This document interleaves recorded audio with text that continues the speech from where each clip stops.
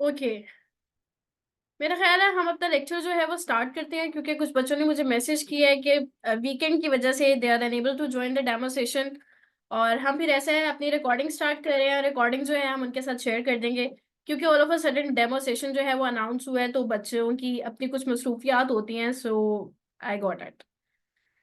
Okay, हमने जो first demo session आपको दिया था, मैंने जो आपको दिया था, उसमें हमने पाकिस्तान अफेयर्स यानी पाकिस्तान अफेयर्स का एक पोर्शन डिस्कस किया था, जिसमें हमने प्री पार्टीशन के गवर्नर जनरल जो थे वो हमने डिस्कस किए थे। कितने गवर्नर जनरल थे, किसके क्या ड्यूरेशन था, कौन सा इरा था किसका, और उनके दौर की, उनके इरा की जो डेवलपमेंट्स थी, जो एक्ट पास हुए, और किस तरह से कौन कौन से ट्रेडिंग पोर्ट वगैरह हमने डिस्कस किए, कौन कौन सी नई डेवलपमेंट्स हुई, उनके इराक के जितने भी इंपॉर्टेंट इवेंट्स थे वो हमने कवर किए थे, राइट। आज हम उसका एक ओवरव्यू ले लेते हैं, और उसके बाद से नेक्स्ट हम अपना स्टार्ट करते हैं जहां से हमने स्टॉप किया था, ठीक है। सबसे पहले मैं आपके साथ स्क्रीन शेयर कर दूं, ताकि साथ साथ आप लोग देखते जाएं कि हम जो है वो क्या पढ़ रहे हैं आज।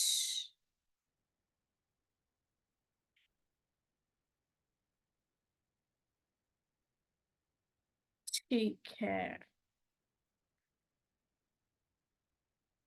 स्क्रीन जो है वो सबको नजर आ रही है। हाँ जी, नजर आ रही है।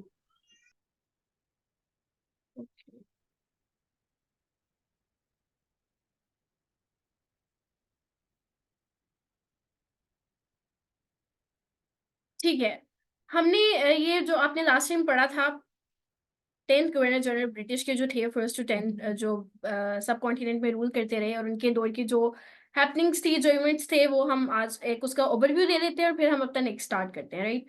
तो सबसे पहले हम पढ़ते हैं कि 10 मई 1857 में वॉर ऑफ इंडिपेंडेंस हुई, जिसका आप सबको पता है, जिसमें जो थी उन ब्रिटिश सॉरी हिंदूज जो थे और मुस्लिम थे, दोनों की डिफीट हुई, किसी ने भी इसमें वॉर नहीं किया, राइट। उसके बाद ईस्ट इंडिया कंपनी की बात करते हैं, तो ईस्ट इंडिया कंपनी जो थी वो 1858 में एबॉलिश हो गई थी, ठीक है। ईस्ट इंडिया कंपनी की जब हम बात करें कि ये ईस्ट इंडिया कंपनी सब कॉन्टिनेंट में आई कब थी, तो 1608 में ईस्ट इंडिया कंपनी जो थी वो सबसे पहले आई थी। उसके बाद इनका फर्स्ट ट्रेडिंग पोर्ट की बात करें तो वो गुजरात में 1614 में इनका फर्स्ट ट्रेडिंग पोर्ट बना, और ट्रेडिंग पोर्ट इनका कोलकाता में 1614 में बना, ठीक है। उसके बाद first governor general of British की बात करें तो लॉर्ड कैनिंग जो था वो फर्स्ट ब्रिटिश था गवर्नर, फर्स्ट ब्रिटिश का गवर्नर जनरल था सब कॉन्टिनेंट में, जिसमें जिसने रूल किया, और उसका जो टाइम ड्यूरेशन था वो 1858 से लेके 1862 तक था, ठीक है।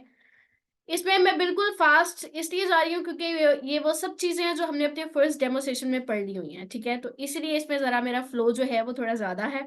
बच्चे परेशान ना हो जाए कि मैम तो बिल्कुल एक स्पीड पे लेके जा रही है और समझ नहीं आ रही। लेकिन still you guys can ask कि आपको कोई चीज समझ नहीं आ रही है, guys are allowed to just leave a text. First governor general की बात करें तो इसके जो टाइम ड्यूरेशन में सबसे इंपॉर्टेंट हैपनिंग थी, इसने जो डॉक्ट्राइन ऑफ लेब्स था वो एबॉलिश कर दिया था, ठीक है। और इसी के दौर में जो था फर्स्ट इंडिया एक्ट जो था वो इंट्रोड्यूस हुआ था, जो कि 1861 में हुआ था, ठीक है। सेकंड गवर्नर जनरल की बात करें, ब्रिटिश के सेकंड गवर्नर जनरल जो था वो था लॉर्ड ईजिन। लॉर्ड ईजिन का टाइम ड्यूरेशन 1862 से लेके 1863 तक था, ठीक है। इसके दौर की सबसे इंपॉर्टेंट हैपनिंग जो थी वो ही रैन द वहाबी मूवमेंट, ठीक है। वहाबी मूवमेंट में अपने रिलीजन को प्योर करने के लिए वहां पे एक मूवमेंट स्टार्ट हुई थी, जो कि उस दौर की सबसे बड़ी मूवमेंट थी, तो इसीलिए इसको सबसे ज्यादा इंपॉर्टेंट हैपनिंग कहा जाता है इसके दौर की। थर्ड गवर्नर जनरल की बात करें तो थर्ड गवर्नर जनरल ब्रिटिश का जो था वो लॉर्ड लॉरेंस था, ठीक है। यहाँ पर स्पेलिंग मिस्टेक है। और उसके दौर की जो इम्पोर्टेंट हैपनिंग है इंट्रोड्यूस, इसने कोलकाता में हाई कोर्ट्स इंट्रोड्यूस कराए थे, और एंग्लो भूटान वॉर जो थी, जो कि 1864 से 1865 में हुई थी, वो भी इसी के दौर में ही हुई थी। Moving toward the fourth governor general of British, he was Lord Mayo. Lord Mayo सबसे इंपॉर्टेंट गवर्नर जनरल था ब्रिटिश के हिस्ट्री का सब कॉन्टिनेंट में, क्योंकि इसके दौर में ही वाज द फर्स्ट पर्सन जिसने सब कॉन्टिनेंट में नंबर वन पे तो कंसेंसस कराया, ना सिर्फ कंसेंसस कराया बल्कि एक स्टैटिस्टिकल सर्वे भी करवाया, ठीक है। जो फर्स्ट कंसेंसस था सब कॉन्टिनेंट का वो 1872 में हुआ, और पाकिस्तान के कंसेंसस की बात करें तो पाकिस्तान में फर्स्ट कंसेंसस जो था वो 1951 में हुआ था। ठीक है, ये जो जो चीजें मैं आपको बता रही हूँ, ये जब तक आप अपने हाथों से नहीं लिखेंगे तो आप ये मत समझिएगा कि बस हमने मैम का लेक्चर ले लिया, नोट्स हमारे पास आ गए और हमें जीके आ जाएगा। नो बच्चे, this will not gonna work. You will have to write the things by your hand, ताकि आपको पता चले कि हम लिख रहे हैं, मैम पढ़ा रही हैं और ये चीजें हमें याद रहेंगी। ठीक है, उसके बाद हम बात करते हैं फोर्थ गवर्नर जनरल की। फोर्थ गवर्नर जनरल ब्रिटिश का जो था वो लॉर्ड मेयो, मैंने आपको बता दिया।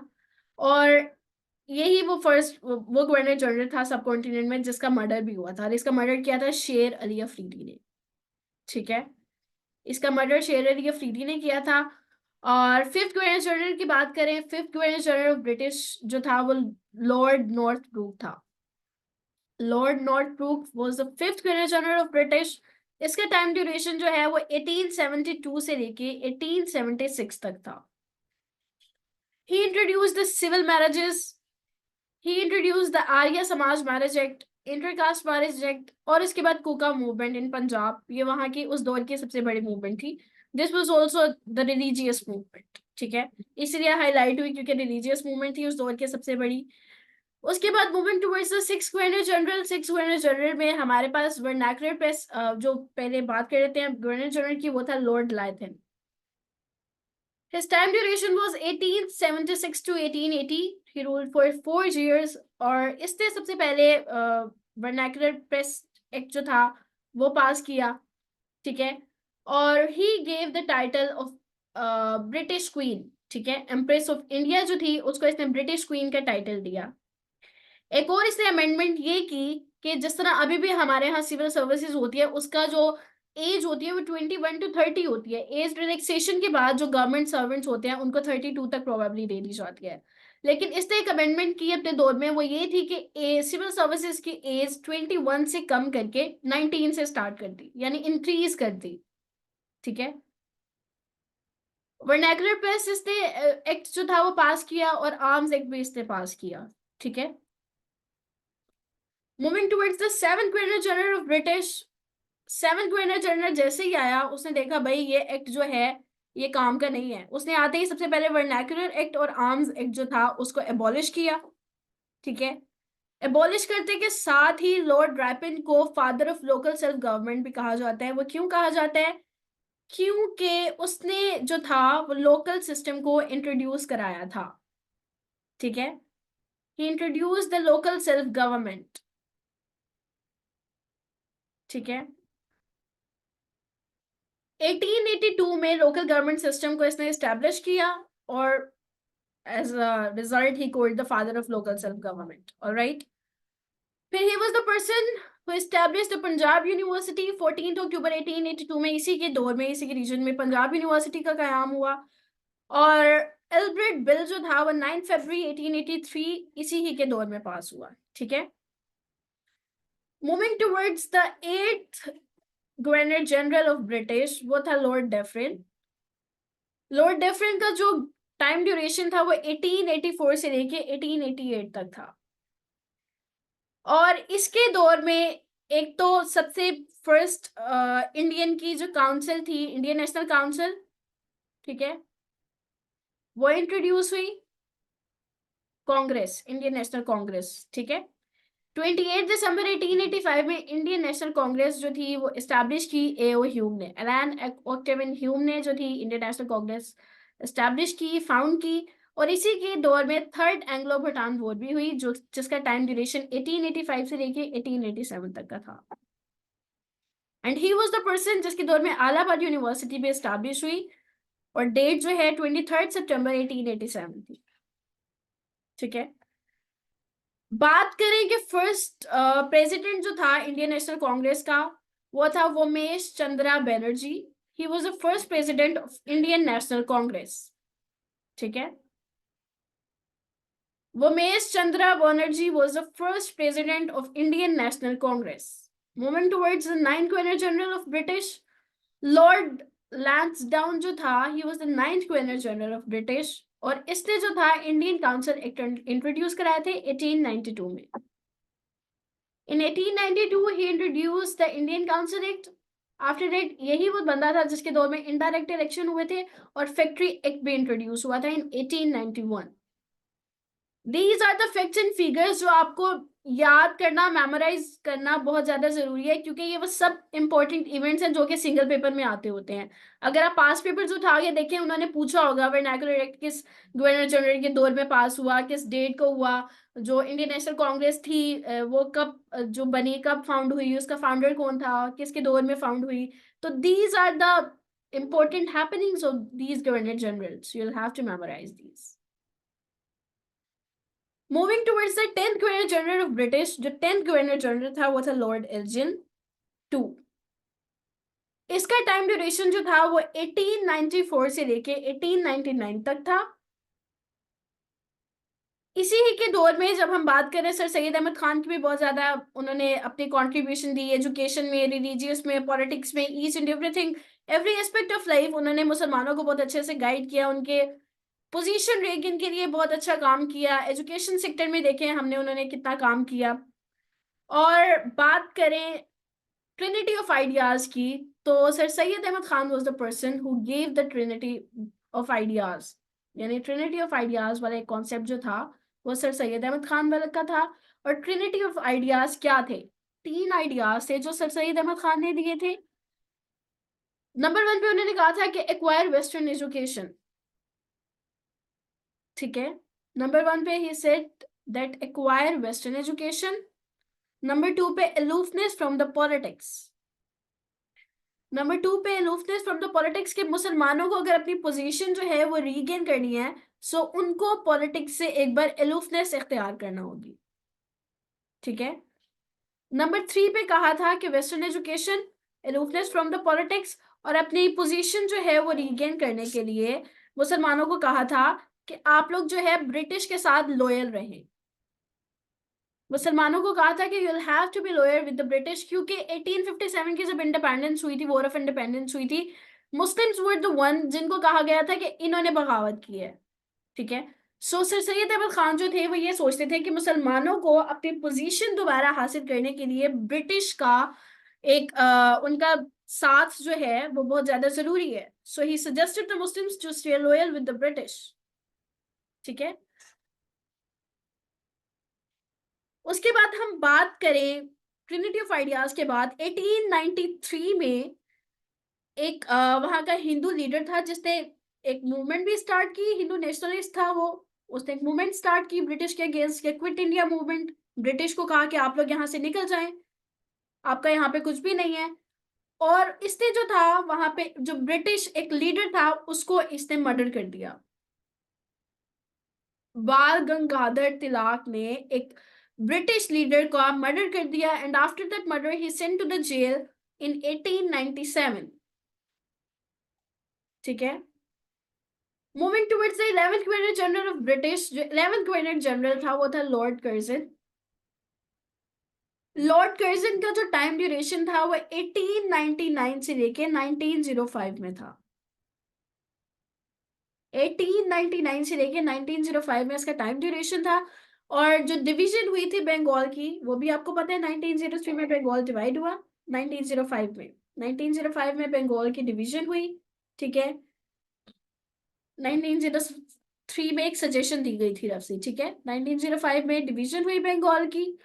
उसका कैपिटल ईस्ट और ईस्ट बंगाल और वेस्ट बंगाल हो गया. ईस्ट बंगाल जो था वो दे दिया गया मुसलमानों को, और वेस्ट बंगाल वो हिंदू के पास चला गया. ठीक है. जो ईस्ट बंगाल का कैपिटल था वो बन गया ढाका, और जो वेस्ट बंगाल का कैपिटल था वो कोलकाता बन गया. ठीक है. और ये वो दिन था जब हिंदुओं ने डे ऑफ मोर्निंग मनाया था. ठीक है. गम का दिन. ठीक है. उनको लगा कि ये डिवीजन हो गई है तो बस अब मुसलमानों के हक में सब कुछ होगा. अब मुसलमानों ने अपना एक जो प्रोविंस है या डिवाइड करवा दिया, तो अब मुसलमानों के लिए बहुत आसान है कि वो लोग अपना एक अलहदा मुल्क भी ले सकें. ठीक है. तो ये उन्होंने वहां पे गम का दिन मनाया. ठीक है. बहुत सोगवार सा दिन मनाया उन्होंने. उसके बाद हम बात करते हैं कि डिवीजन हुई क्यों, ईस्ट बंगाल की और वेस्ट बंगाल की डिवीजन हुई क्यों. हम बात करें एडमिनिस्ट्रेटिव बेसिस पे, वहां पे एडमिनिस्ट्रेटिव मसला था. चूंकि प्रोविंस जो था वो बहुत बड़ा था, वहां पे ट्रेडिंग इश्यूज थे। ईस्ट बंगाल जो था वो बहुत ज्यादा डेवलप्ड नहीं था, ठीक है। एक साइड पे सारा जो था वो बजट फोकस किया जा रहा था, और पॉपुलेशन उसकी इतनी ज्यादा थी। और वैसे भी अगर हम बात करें जो ईस्ट बंगाल डिवाइड होने के बाद, तो वहां पर मुसलमानों की पॉपुलेशन ज्यादा थी, ठीक है। और बात करें वेस्ट बंगाल में, तो वेस्ट बंगाल में मुसलमानों की पॉपुलेशन कम थी। तो डिवीजन के बाद वो एरिया जहां पे मुस्लिम पॉपुलेशन ज्यादा थी, that was given to the Muslims, ठीक है। उसके बाद क्या होता है, शिमला डेपुटेशन होता है। शिमला डेपुटेशन जो है, एक वफद जो होता है 35 मेंबर्स पे कंसिस्ट। एक डेलीगेशन जो होता है वो जाता है ब्रिटिश के पास, ठीक है। अपनी उनकी कुछ डिमांड्स होती है, वो कुछ डिमांड्स लेके ब्रिटिश के पास आता है कि दीज आर आवर डिमांड्स, और इनको आप देखें जरा। जो शिमला डेपुटेशन या शिमला डेलीगेशन जो है वो 1 अक्टूबर 1906 को जाता है ब्रिटिश के पास, ठीक है।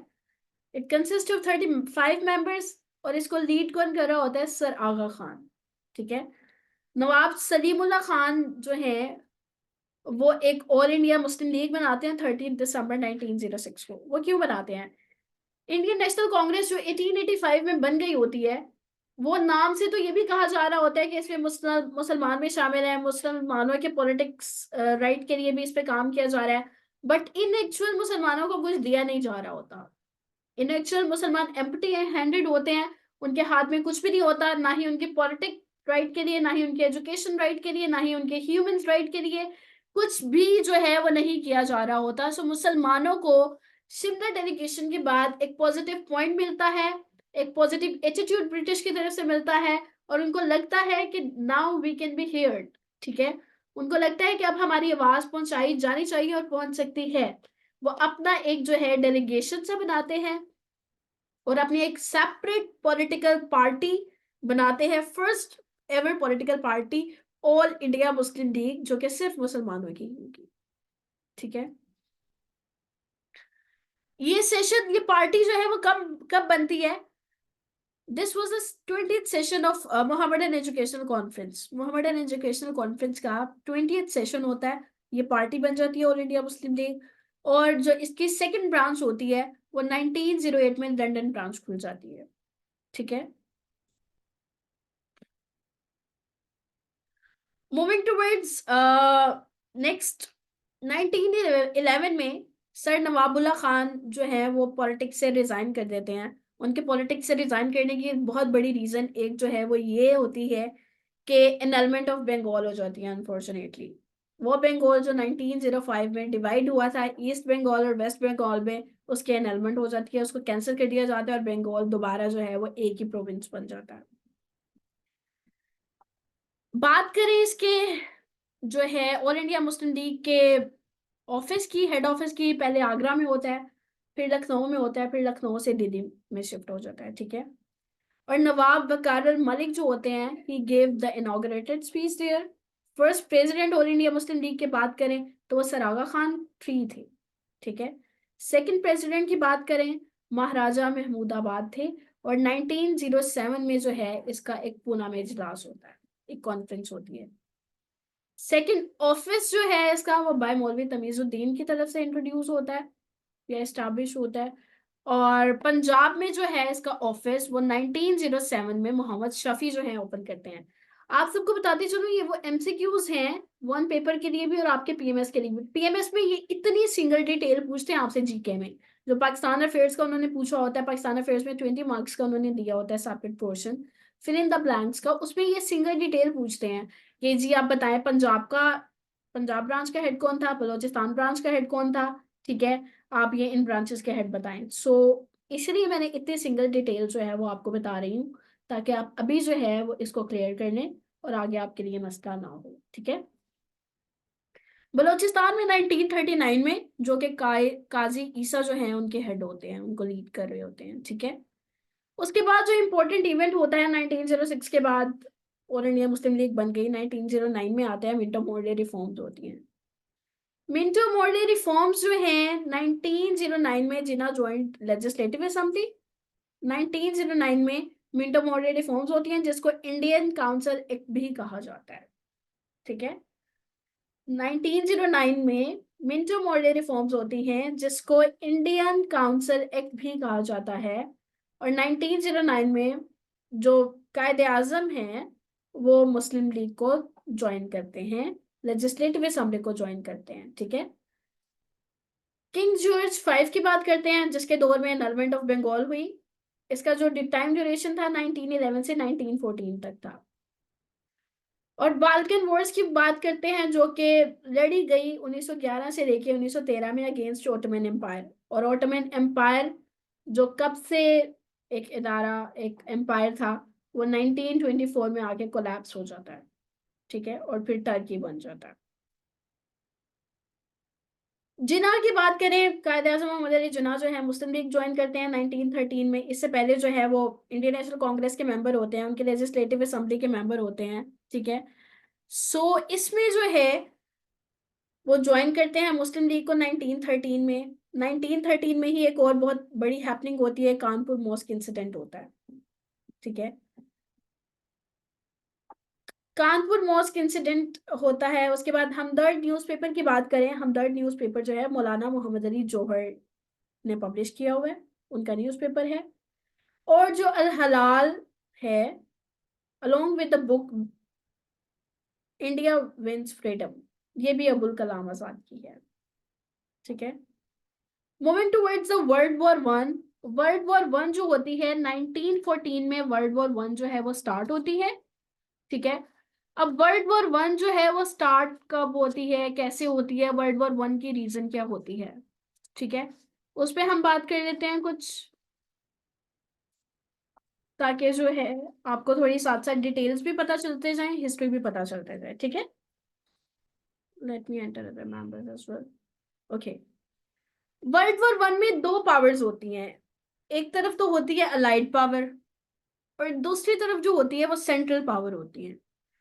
अगर हम बात करें कि अलाइड पावर्स जो हैं वो कौन कौन सी होती हैं, तो उनमें जो है ग्रेट ब्रिटेन हमारे पास होता है, फ्रांस होता है, रशिया होता है, इटली, और इटली के साथ साथ जापान हमारे पास अलाइड पावर्स में होता है।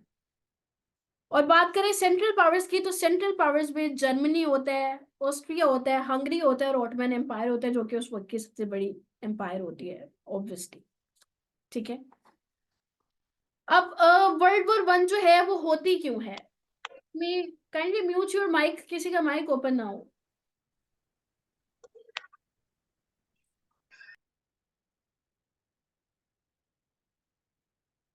ओके, वर्ल्ड वॉर वन में जो रीजन है क्यों होती है वर्ल्ड वॉर वन, इसके सबसे बड़ी रीजन मेन, MAIN, एम से मिलिट्रिज्म, ए से होता है अलायंसेस, चूंकि अलायंसेस इतने बन चुके होते हैं, आई से इंपीरियलिज्म, और एन से nationalism. These were the four reasons behind world war one, जो इसके कॉजेज होते हैं, रीजंस होती हैं वर्ल्ड वॉर वन के पीछे, ठीक है। उसके बाद अगर हम बात करें तो वर्ल्ड वॉर वन में टोटल जो है वो 32 कंट्रीज जो हैं उन्होंने हिस्सा लिया वर्ल्ड वॉर वन में, ठीक है। वर्ल्ड वॉर वन में 32 कंट्रीज ने हिस्सा लिया। और एक फर्डिनेंड होता है, आर्चडेक फ्रांस फर्डिनेंड, जो कि उस टाइम पर, मैं एडमिट कर लूं दूसरे मेंबर्स को, ओके, वो वहां पर जो होता है वो ऐसा होता है कि वर्ल्ड वॉर वन स्टार्ट कैसी होती है, all of a sudden world war one नहीं स्टार्ट हो जाती। जो आर्चडेक फ्रांस फर्डिनेंड होता है वो बेसिकली जाता है हनीमून के लिए, और वहां पे उस पर अटैक होता है और वहां पे किडनैप हो जाता है, ठीक है। किडनैप होने के बाद he was assassinated in 1914 में, that ignited World War One basically. This was the reason behind World War One, ठीक है। उसके बाद हम बात करते हैं coming towards the Lucknow pact. Lucknow pact जो है वो कब हुआ, दिसंबर 1916 में जो है हमारे पास लखनऊ पैक्ट होता है। Lucknow pact was the first pact जिसमें इंडिया और मुसलमान दोनों जो थे वो कंबाइन थे, इनकी यूनिटी थी, ठीक है। और इस यूनिटी के पीछे जो रीजन था, या जो एक बहुत बड़ा हाथ था, वो कायदे आजम का था। He was a person behind this unity, behind this pact, जिसमें first time in the history Indians और मुस्लिम जो है वो इकट्ठे हुए, ठीक है। और इस यूनिटी की वजह से जो सरोजनी नायडू है, उन्होंने कायदे आजम को ambassador of Hindu Muslim unity का टाइटल भी दिया। ये एमसीक्यूज बहुत बार रिपीट हो चुका है कि who gave the title of ambassador of Hindu Muslim unity to Quaid e Azam, या कायदे आजम को क्या टाइटल मिला किसकी तरफ से। तो ये आप इसको जरा अपने दिमाग में रखिएगा, ठीक है। Moving towards our next thing, next event, 1917 में बैलफोर डिक्लेरेशन होता है, ठीक है। वर्ल्ड वॉर चल रही होती है, बेल्फोर डिक्लेरेशन होता है। 1919 के इवेंट्स की बात करते हैं। 1919 में जरा हमारे पास कुछ वैरायटी ऑफ इवेंट्स आ जाते हैं, जिनमें सबसे पहले चैम्सफोर्ड रिफॉर्म्स आ जाती हैं, ठीक है।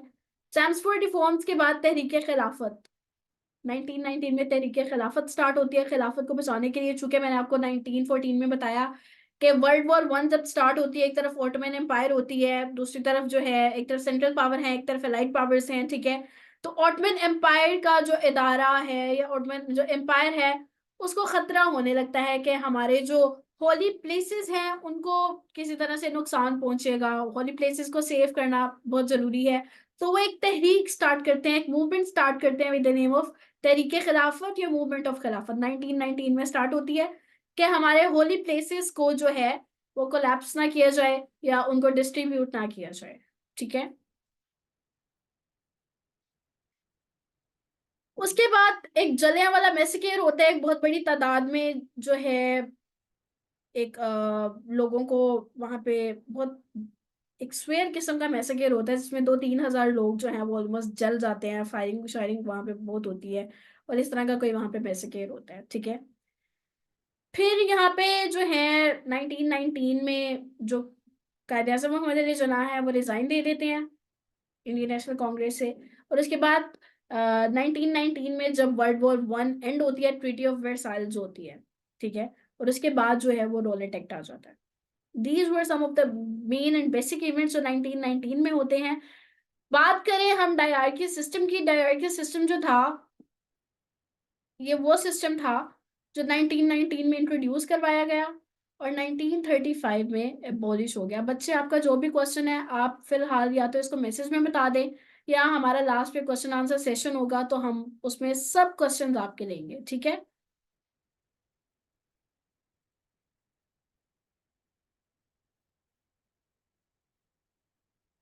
ट्रीटी ऑफ रावलपिंडी की बात करें, ट्रीटी ऑफ रावलपिंडी जो है 8 अगस्त 1919 में ट्रीटी ऑफ रावलपिंडी होती है, ठीक है।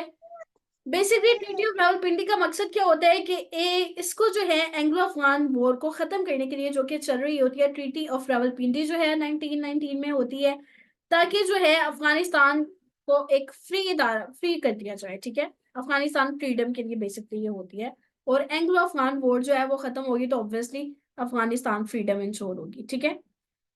इसके बाद जो है वो क्या होता है, ट्रीटी ऑफ रावलपिंडी के साथ ही खिलाफत मूवमेंट मैंने आपको बताया 1919 में स्टार्ट हो जाती है। और सेठ चिटानी जो होता है, he was the first president of Khilafat committee, ठीक है। Seth Chotani was the first president of Khilafat committee. Ataturk was the leader of Turkey 1922, ठीक है। 1924 में जो है एम्पायर जो है ऑटोमन एम्पायर वो कोलैप्स हो जाती है। और जो है अतातुर्क जो है खिलाफत को 1924 में अबॉलिश कर देता है। वो खिलाफत का इदारा जो कब से चला आ रहा है वो 1924 में फाइनली आके खत्म कर दिया जाता है। दिल्ली मुस्लिम प्रपोजल्स की बात करें तो 20 मार्च 1927 ये वो डेट है जब दिल्ली मुस्लिम प्रपोजल्स हुए, ठीक है। 20 मार्च 1927 ये वो डेट है जब दिल्ली मुस्लिम प्रपोजल्स हुए। इसमें क्या होता है, साइमन कमीशन जो आता है वो सब कॉन्टिनेंट में आता है, ताकि उसमें वर्किंग देख सके कि वर्किंग अभी तक क्या हुई है, ठीक है। 10 सालों से पीछे क्या वर्किंग चल रही है, कितना काम हुआ है, क्या हो रहा है और क्या नेक्स्ट होना है। इसके साथ क्या होता है, मुस्लिम लीग में एक डिवीजन सी आ जाती है। जिस तरह अभी आजकल आप देख लें हर पार्टी की डिवीजन चल रही है, तो तब मुस्लिम लीग में एक डिवीजन आ जाती है, ठीक है, शफी लीग के नाम से। और 1928 में नेहरू रिपोर्ट आती है।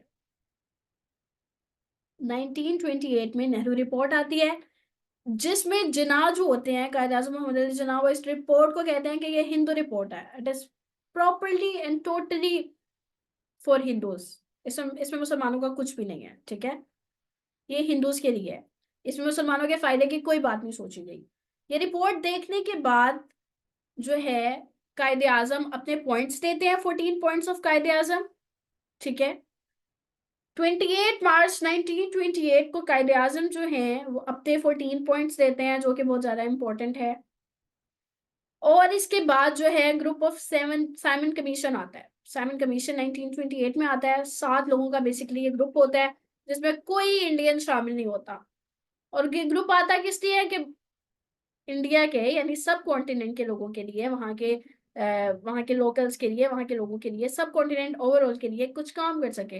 लेकिन जब उसमें कोई इंडियन ही शामिल नहीं है तो how how you can ensure the good of सब कॉन्टिनेंट, ठीक है। तो उसमें कोई भी इंडियन ऐड नहीं था। इसके बाद क्या होता है, सॉल्ट मार्च होता है। गांधी जो है वो 1913 में एक सॉल्ट मार्च करते हैं, ठीक है। गांधी की शुरू से आदत है मार्च वार्च करने की, तो वो सॉल्ट मार्च कर देते हैं, कॉल कर देते हैं।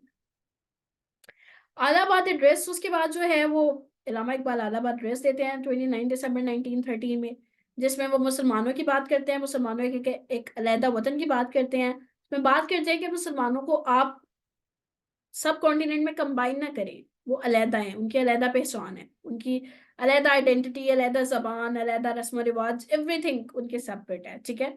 सो don't try to even indulge Muslims in subcontinent और विद हिंदूज, ठीक है। अच्छा बच्चों, ऐसा है कि मीटिंग में थोड़ा सा टाइम रह गया एंड होने में, ऑलमोस्ट 1.5 मिनट, तो मीटिंग एंड हो जाएगी। तो मैं इसको दोबारा आपको लिंक शेयर कर दूंगी, तो आपने वो लिंक दोबारा जो है वो ज्वाइन कर लेना है, ठीक है। ठीक है, मैसेज कर दे yes no whatsoever. Okay ma'am. Okay. उसके बाद इलाहाबाद एड्रेस के बाद थर्ड 3 कॉन्फ्रेंसेस होती हैं, राउंड टेबल कॉन्फ्रेंसेस। ये भी एमसीक्यू बहुत बार आया हुआ है सिंगल पेपर में, पीपीएससी के, एफपीएससी के।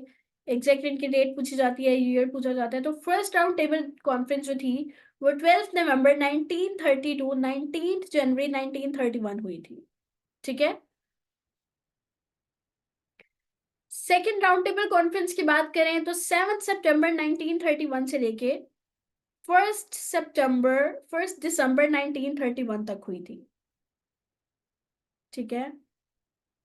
और थर्ड राउंड टेबल कॉन्फ्रेंस की बात करें तो वो 17 नवंबर 1932 से लेके 24 दिसंबर 1932 तक हुई थी। इसके बाद एक गांधी इरविन एक्ट होता है जो कि 1931 में आता है। इसमें बेसिकली कहा जाता है कि जितने सिविल राइट्स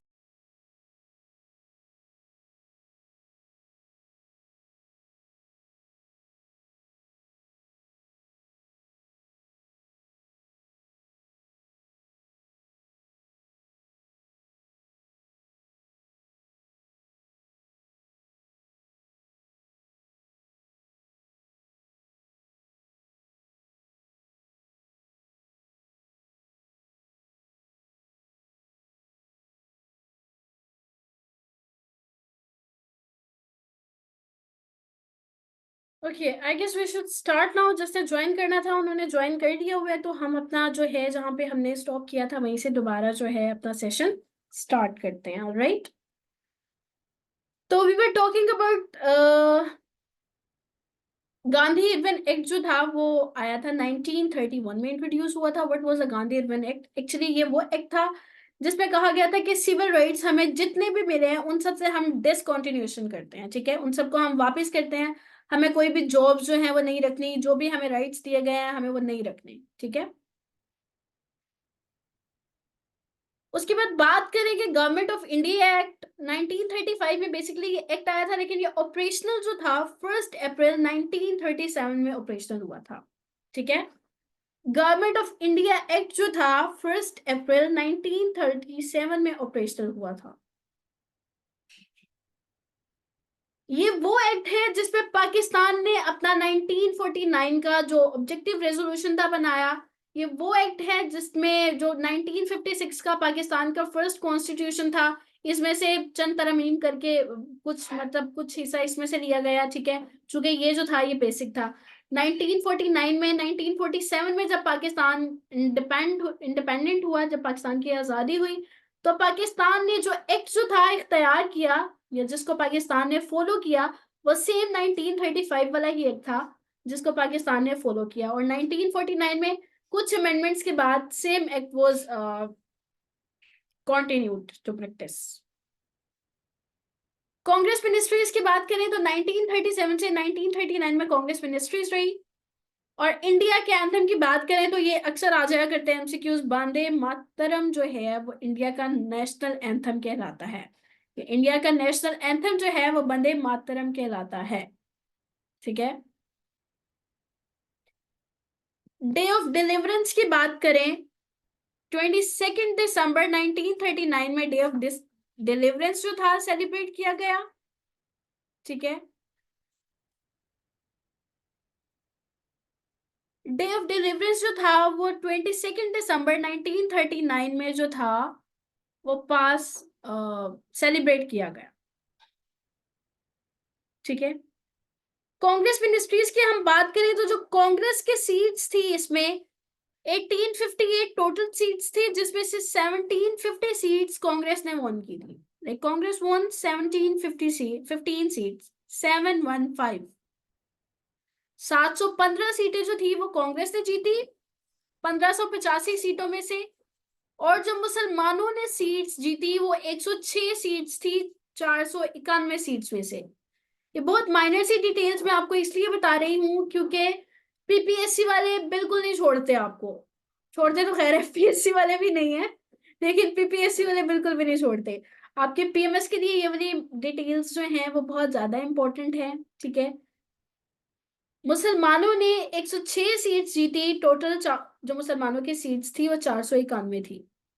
यहाँ पे कांग्रेस जो था उनको तो भाई मौका मिल गया खुशी मनाने का, उन्होंने इतनी सीट्स जीत ली हैं। तो दे celebrated the day of deliverance here on 22 दिसंबर 1939। इसके बाद जो है पीरपुर रिपोर्ट आती है 1938 से 39 में पीरपुर रिपोर्ट आती है। और उसके बाद जो है शफी रिपोर्ट आ जाती है, शरीफ रिपोर्ट। पीरपुर रिपोर्ट के बाद शरीफ रिपोर्ट आ जाती है 1939 में। ठीक है। इन रिपोर्ट्स के आने के बाद 1942 के आ चुका है। ये वो साल है जिसमें लाहौर रेजोल्यूशन जो था वो पाकिस्तान का एक बहुत बड़ा ख्वाब जो कि बड़े बड़े लीडर्स ने देखा था, अब वो पाया तकमील होने जा रहा है। उसकी बुनियाद जो है 1940 में 23 मार्च 1940 को उसकी बुनियाद जो है वो रख दी गई है। ठीक है। तो 23 मार्च 1940 को लाहौर रेजोल्यूशन पास होता है। ठीक है। 23 मार्च 1940 को लाहौर रेजोल्यूशन पास होता है।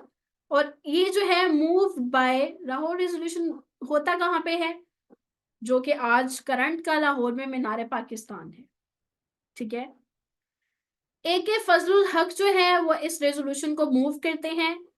और this resolution was drafted bye Zafrullah Khan.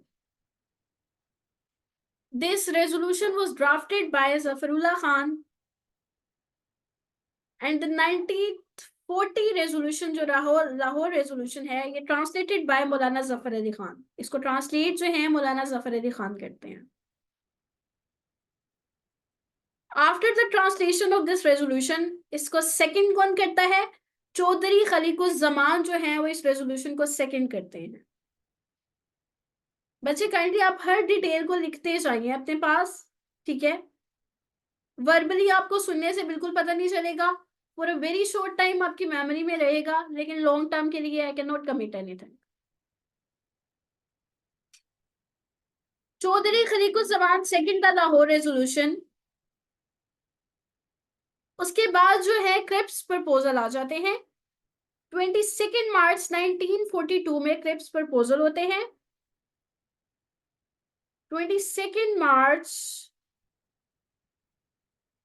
1942 में क्रिप्स प्रपोजल होते हैं। और क्रिप्स प्रपोजल से पहले हम बात करें वर्ल्ड वॉर टू की, तो 1939 में वर्ल्ड वॉर टू स्टार्ट हो जाती है। अब ऐसा आपके क्वेश्चन मैं एंड पे लूंगी, सबके क्वेश्चन एंड पे लूंगी, आपका क्वेश्चन आंसर सेशन होगा प्रॉपर लास्ट पे। ठीक है। 1939 में वर्ल्ड वॉर वन टू जो है वो स्टार्ट होती है और 1945 में वर्ल्ड वॉर टू जो है वो एंड हो जाती है। इसके दरमियान की अगर हम बात करें तो 1937 में इलेक्शंस होते हैं, जिसके मैंने आपको रिजल्ट्स और सीट्स वगैरह मुस्लिम्स की और हिंदूज की बता दी हुई हैं। और 1945 में दोबारा जो है वो प्रोविंशियल और सेंट्रल इलेक्शंस होते हैं। 1945 के जो इलेक्शंस होते हैं वो प्रोविंशियल एंड सेंट्रल इलेक्शंस होते हैं। इसमें जो है बेसिकली वो मुसलमान जीत जाते हैं। 1945 के इलेक्शंस में मुसलमानों की सीट्स जो हैं वो ज्यादा हाई हो जाती हैं, ठीक है। 1944 में जो है गांधी जिन्ना टॉक्स होते हैं। 1944 में गांधी जिन्ना टॉक्स होते हैं। और हम बात करें शिमला कॉन्फ्रेंस की, 1945 में ही शिमला कॉन्फ्रेंस भी होती है। ये वो शिमला डेपुटेशन वाला शिमला नहीं है, वो शिमला था, ये शिमला है। 1945 में शिमला कॉन्फ्रेंस होती है। और इसके बाद जब हम बात करें जो 1945 और 46 के इलेक्शंस का मैंने आपको बताया है, इन इलेक्शन की तमाम जो सीट्स डिस्ट्रीब्यूशन है, किस किस ने कितनी कितनी सीट्स जीती, वो आप काइंडली सीट्स का लिख लीजिए। मैं आपको सीट्स का बता रही हूं कि किस किस ने 1945 टू 46 के इलेक्शंस में कितनी सीट्स जीती। तो ऑल 30 यानी 1/3 seats won by all India Muslim league in the federal. Federal में 1/3 seats all India Muslim league ने जीती, जो कि मुसलमानों की, प्योरली मुसलमानों की पार्टी है। पंजाब में मुसलमानों ने जो सीट्स जीती वो 79 सीट्स थी आउट ऑफ 86। पंजाब में जो मुसलमानों ने सीट्स जीती वो 79 सीट्स थी आउट ऑफ 86। बंगाल में जो सीट्स जीती देवर 113 यानी 113 आउट ऑफ 119। बंगाल में जो सीट्स थी वो थी 113 आउट ऑफ 119। और जो सिंध में सीट्स थी वो 28 सीट्स थी आउट ऑफ 35। सिंध में जो सीट्स थी मुसलमानों की, जो इन्होंने 1945 से 46 के इलेक्शंस में जीती थी, देवर 28 आउट ऑफ 35।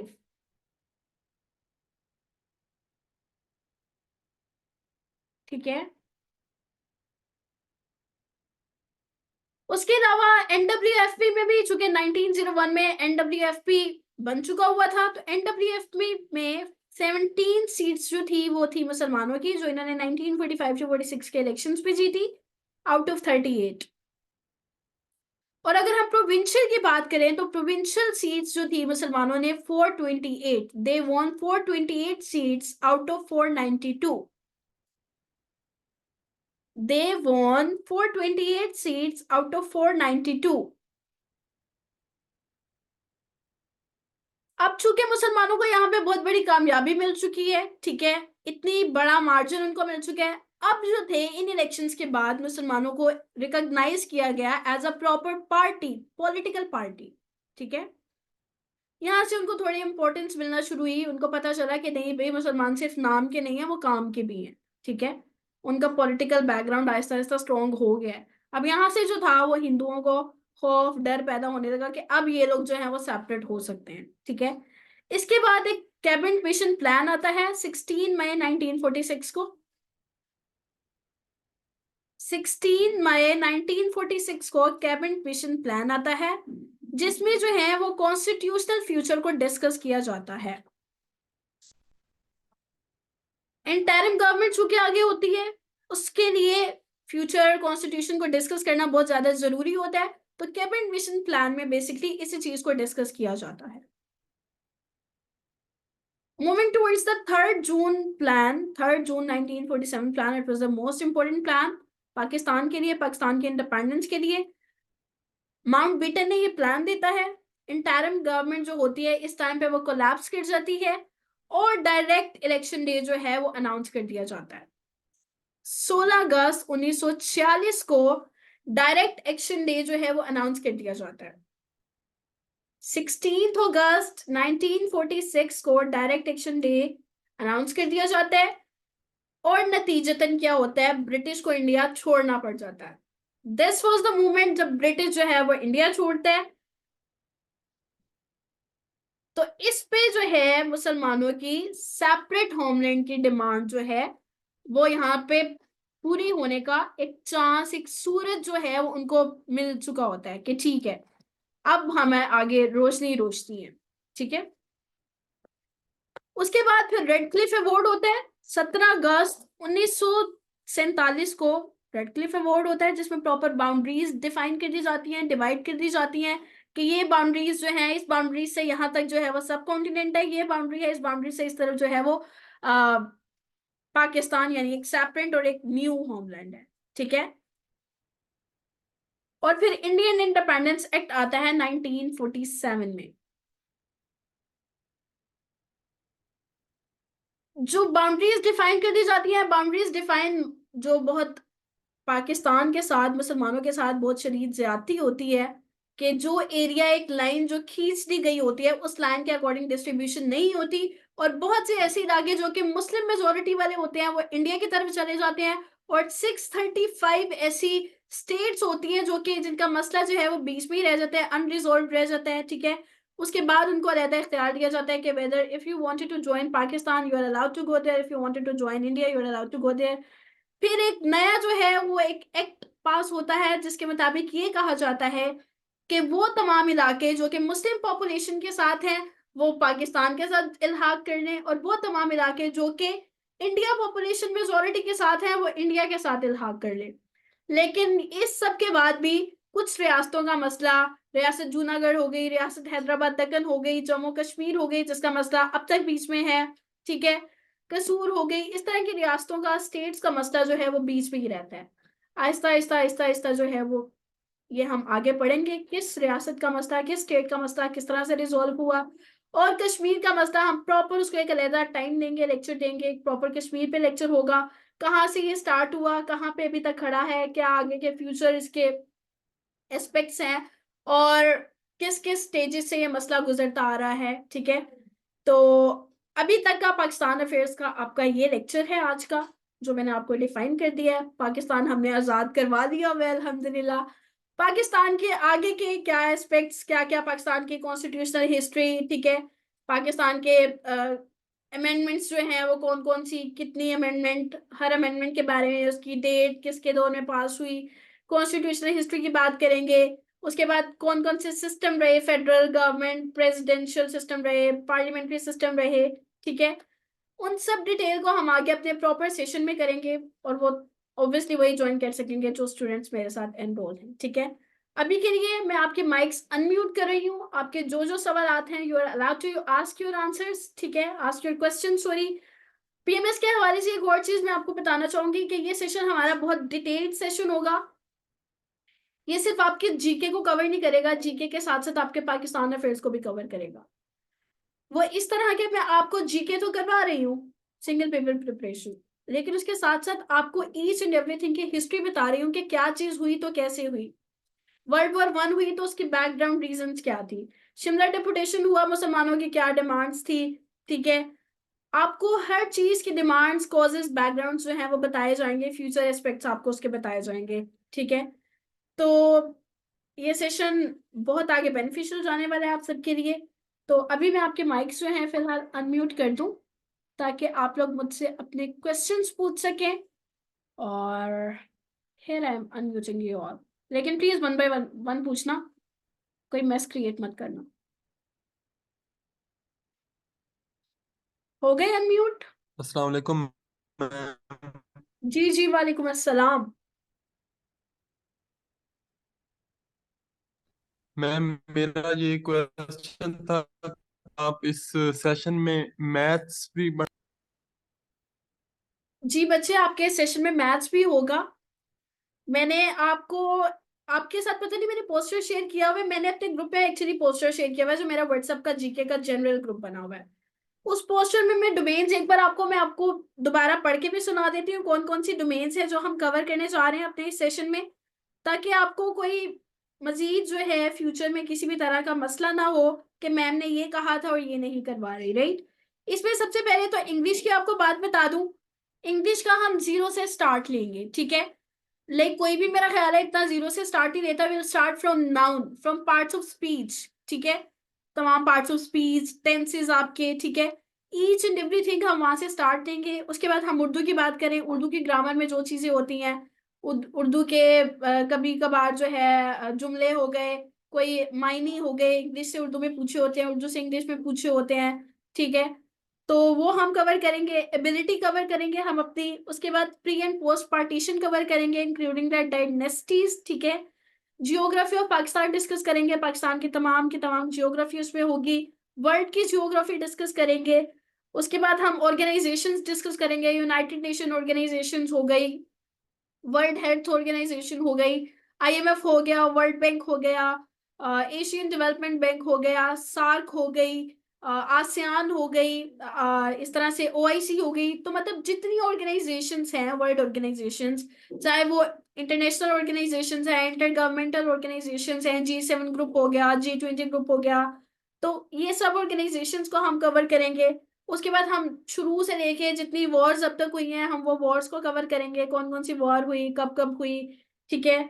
उसके बाद हम इंपॉर्टेंट बुक्स, चूंकि ये भी बहुत इंपॉर्टेंट पार्ट है, आ जाया करता है वन पेपर में अक्सर, जो है 2-4 MCQs इसके बारे में भी पूछ लिए जाते हैं, तो हम इंपॉर्टेंट बुक्स को भी देखेंगे, कौन कौन सी इंपॉर्टेंट बुक्स हैं, उनके राइटर्स कौन से हैं, ठीक है। इस्लामियात का पोर्शन हम कवर करेंगे। इस्लामियात के पोर्शन के बाद हम अपना ईडीएस पोर्शन, यानी एवरीडे साइंस जिसको कहते हैं, वो कवर करेंगे। स्पोर्ट्स को हम कवर करेंगे। स्पोर्ट्स के बारे में अक्सर सवाल आ जाया करते हैं, रिसेंट ओलंपिक्स कब हुए, कहाँ पे हुए, किसने जीता, रनर अप कौन था, दिस एंड दैट। उसके बाद कंप्यूटर का पोर्शन हम कवर करेंगे, जिसमें MS वर्ड होगा, MS ऑफिस होगा, एक्सेल भी होगा, शॉर्ट कीज होंगे इंपॉर्टेंट, और भी जितने इंपॉर्टेंट इसमें कंप्यूटर के हुए हम उसको भी डिस्कस करेंगे। ग्लोबल इश्यूज को कवर करेंगे, पैलेस्टाइन इशू जा रहा है इस टाइम, उसके बाद यूक्रेन रशिया वॉर जा रही है, उसके बाद अभी अफगानिस्तान से जो तालिबान ने टेक ओवर दोबारा किया है, वो हम डिस्कस करेंगे। जो कश्मीर इशू है वो डिस्कस करेंगे। तो इम्पोर्टेंट ग्लोबल इश्यूज जितने जा रहे हैं, हम उनको डिस्कस करेंगे। उसके बाद हम कॉन्फ्रेंसेस डिस्कस करेंगे, जिस तरह अभी रिसेंटली जो है इसमें G20 कॉन्फ्रेंस हुई इंडिया में, उसका सबमिट हुआ, वो रिसेंट जितने होंगे उन सबको हम कवर करेंगे। वर्ल्ड हिस्ट्री को डिस्कस करेंगे, वर्ल्ड हिस्ट्री क्या रही, अमेरिकन इंडिपेंडेंस, रशियन रेवोल्यूशन, ठीक है, ईरानियन रेवोल्यूशन, वर्ल्ड हिस्ट्री को हम डिस्कस करेंगे। उसके बाद डोमेस्टिक इश्यूज को, पाकिस्तान के इंटरनल जो इश्यूज हैं हम उनको डिस्कस करेंगे। गवर्नमेंट इशू है, गवर्नेंस इशू है, वाटर इशू है, एनर्जी क्राइसिस है आपका, और भी जितने भी इश्यूज हैं हम उनको डिस्कस करेंगे। और उसके बाद फिर हम अपने लास्ट पे आ जाते हैं इंडेक्सेस और वर्ल्ड रिपोर्ट्स पे, उनको हम डिस्कस करेंगे। वर्ल्ड रिपोर्ट में ट्रांसपेरेंसी इंटरनेशनल में जो है पाकिस्तान का क्या रैंक है, पॉवर्टी में क्या रैंक है, अनएम्प्लॉयमेंट में क्या है, जेंडर इनइक्वालिटी में क्या है। So these were the old means जो हम इंशाल्लाह, these are the old means जो हम कवर करने जा रहे हैं अपने इस जीके सेशन में। और किसी का कोई सवाल? और मैम एक और क्वेश्चन है कि अगर हम मतलब मेरे पास थोड़ा सा ना इंटरनेट इशू आता है, तो हम्म। क्या आप रिकॉर्डेड लेक्चर भी मिल जाए करेंगे या नहीं? नहीं, मैं सबके तो रिकॉर्ड नहीं कर सकती। कोई once in a blue moon होता है, ठीक है, कि बच्चा आउट ऑफ स्टेशन है या वो नहीं, एक दिन का होता है, नहीं ज्वाइन कर पा रहा, और वो मुझे पहले इन्फॉर्म कर देगा कि मैम मैं आज ज्वाइन नहीं कर पाऊंगा, तो प्लीज आज रिकॉर्ड, तो एक आधे दिन का तो होता है, लेकिन हमेशा के लिए तो नहीं होता। नहीं नहीं मैम, मैं रोज का तो नहीं कह रहा, मतलब है मेरा कभी कभी इंटरनेट का कनेक्शन का मसला आ जाता है, तो मैं तो आपको उसके लिए बच्चा मैसेज ये कर है, दिया। उसके लिए बच्चा ये है कि आप जो है नोट्स तो आपके साथ, obviously I gonna share the notes with you, उसके लिए मैं नोट्स आपके साथ शेयर कर दूंगी। आ, कोई मसला नोट्स में से कहीं जगह से, किसी जगह से समझ ना आए, तो आप मुझसे पूछ सकते हैं, कॉल करके, मैसेज पे, वॉइस मैसेज पे, किसी भी तरह से, ठीक है। ये फेवर मैं फिर आपको दे सकती हूँ। Okay ma'am, thank you. मेरा आपके पास ना नंबर है आपका मेरे पास, तो मैं आपको मैसेज कर दूंगा फिर योर गुड कल, नेम? मतलब है जो पैसे वगैरह। Ma'am my name is Mohammad Awais Raza. Okay बच्चे, कल से हमारा सेशन स्टार्ट होने जा रहा है, आपको पता होगा, तो ऑब्वियसली आप मुझे फिर इन्फॉर्म कर दीजिएगा। Okay ma'am, thank you. Okay बच्चे।